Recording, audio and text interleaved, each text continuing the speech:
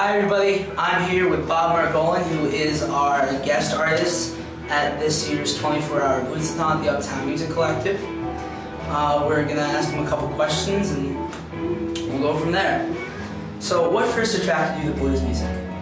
Well, when I was a kid I heard rock and roll, and the kind of rock and roll I heard, people like Little Richard and Jerry Lee Lewis and Chuck Berry were basically just taking blues and playing it faster with a little more prominent backbeat. I didn't know that yet. I just knew the music really sounded good to me and it felt good too. And then when I got a little older and started to want to play guitar, which was directly because of Chuck Berry,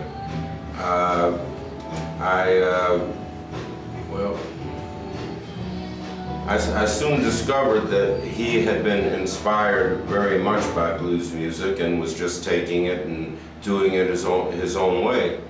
And I followed the path of his inspiration back to Muddy Waters, and that's where all of a sudden I just hit the jackpot right there. I said, oh, this is it. I can live my whole life around this music, and it actually kind of did turn out that way. I started playing, I'd been in bands that were playing all different kinds of music in the late 60s.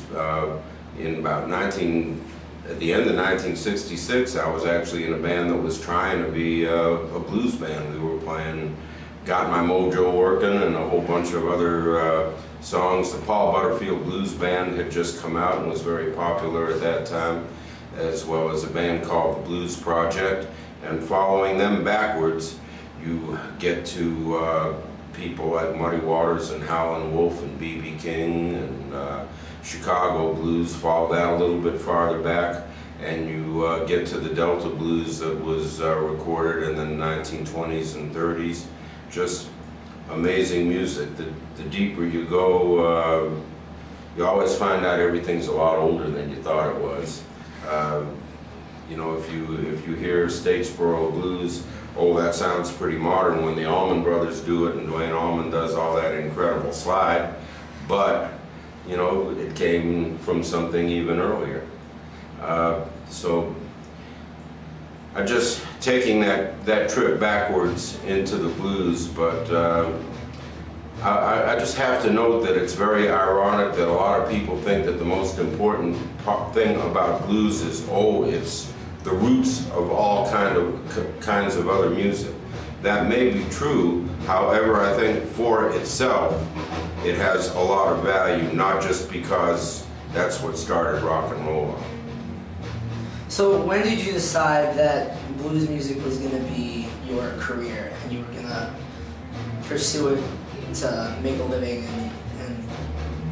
I will bet that if you ask that question to most people that do live their life around it, most of them will say in these exact words, I didn't choose it, it chose me. You probably heard that before, you may feel it yourself. Say, oh, this is what I want to do. I've got to do this, or at least I want to give it a try in the modern world. And when I heard you singing and playing and really getting into it last night, I know you know exactly what I'm talking about, don't you? I could hear it, it was obvious.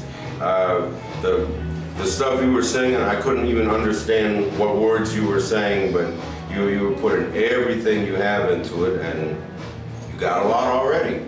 So I was knocked out. So why do you think certain people have that instant connection with blues music that you were talking about?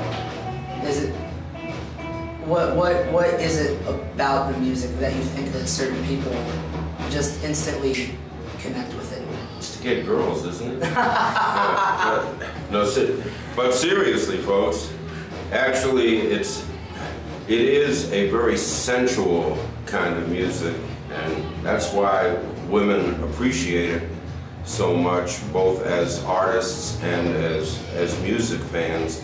It's something that it feels good, even and it sounds good. Sometimes the tones are pretty, sometimes these guitars, even an old beat up one, kind of has a certain charm.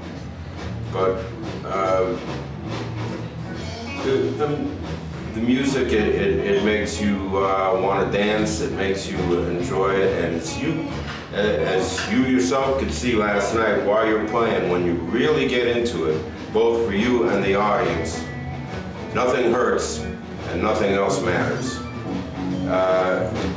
It's everything that you wish medicines could do, or religion, or any kind of spiritual pursuits. People try to do it with drugs and don't get anywhere, but music does it, and there's no bad side effects. Cool, very cool. So we all know that you were a member of the Muddy Waters band for quite some time. Describe the different kinds of experiences that you picked up from playing with someone as knowledgeable as Muddy Waters. I'm really glad you asked that, because it's something that I wanted to talk about more when I'm doing my performance here in a while from now. There is a certain language and grammar and certain conventions of playing old style blues, and also jamming with people that you don't know, like you and I have been doing, that are very, very helpful if everybody has some experience and understands it. Now, I got into Muddy Waters band, I was 24 years old. The way I got into it is because he could hear that I was trying to play that style of music. I had been in bands that opened shows for him, and when we opened shows for Muddy Waters, we tried to play old style Chicago blues. Now, that doesn't mean we play his songs on the show with him. That would be a real invitation to get your ass kicked, as well as not be a very classy thing to do. But I could play,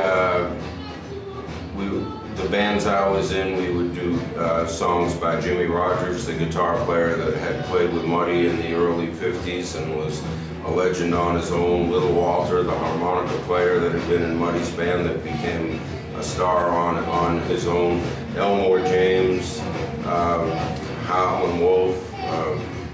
It was, he could see that we were trying to do that, and when we'd open up the show, Muddy would still be sitting in the dressing room and hear us, but the rest of his band, who I later became friends with when we were in the band together, they would come out and watch us and listen and get a kick out of watching us play it. Now, they were such great professional players, they were literally the best Chicago blues band in the world, that perhaps we were just like, hey, isn't that cute? Look at that puppy do that trick. Look, he can stand up on his hind legs just like a person can. Isn't that cute? Maybe that's all. Maybe that's what they were thinking. But we really wanted to play it good, and I must have impressed Muddy enough not to think that, oh, this guy Bob is a great player, but he really wants to do it. And so he gave me a chance. One time when I came down, he had just fired somebody the night before, and I was the next guitar player he saw, and he gave me a chance to change the course of the rest of my life.